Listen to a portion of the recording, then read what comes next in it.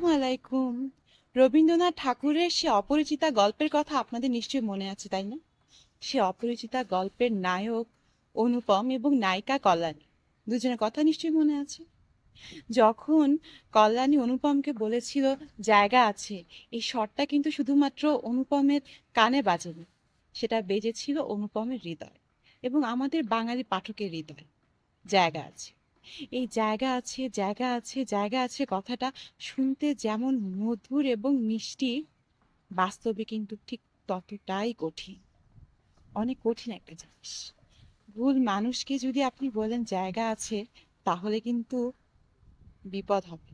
জায়গা আছেটা বলতে হবে সঠিক মানুষকে সঠিক সময়।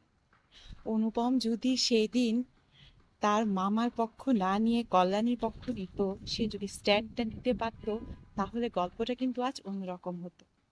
আমাদের বাঙালি পাঠকের যে আবেগ, যে অনুভূতি আছে, সেটা কিন্তু অন্যরকম হতো। তাই স্ট্যান্ড কিন্তু সঠিক সময় নিতে হয়, সঠিক মানুষের জন্য নিতে হয়।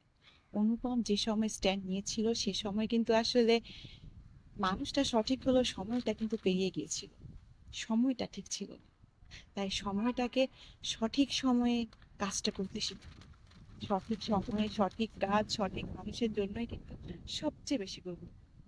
মানুষটা যদি ভুল হয়, তাহলেও যেমন খুব একটা উপকার হবে না, সময় পেরিয়ে গেলেও কিন্তু খুব একটা উপকার হবে না। সময়টা খুব বেশি গুরুত্বপূর্ণ। সময়ের কাজ সময়ে করতে শিখুন। সময় মতো সঠিক মানুষের জন্য স্ট্যান্ড নিতে শিখুন।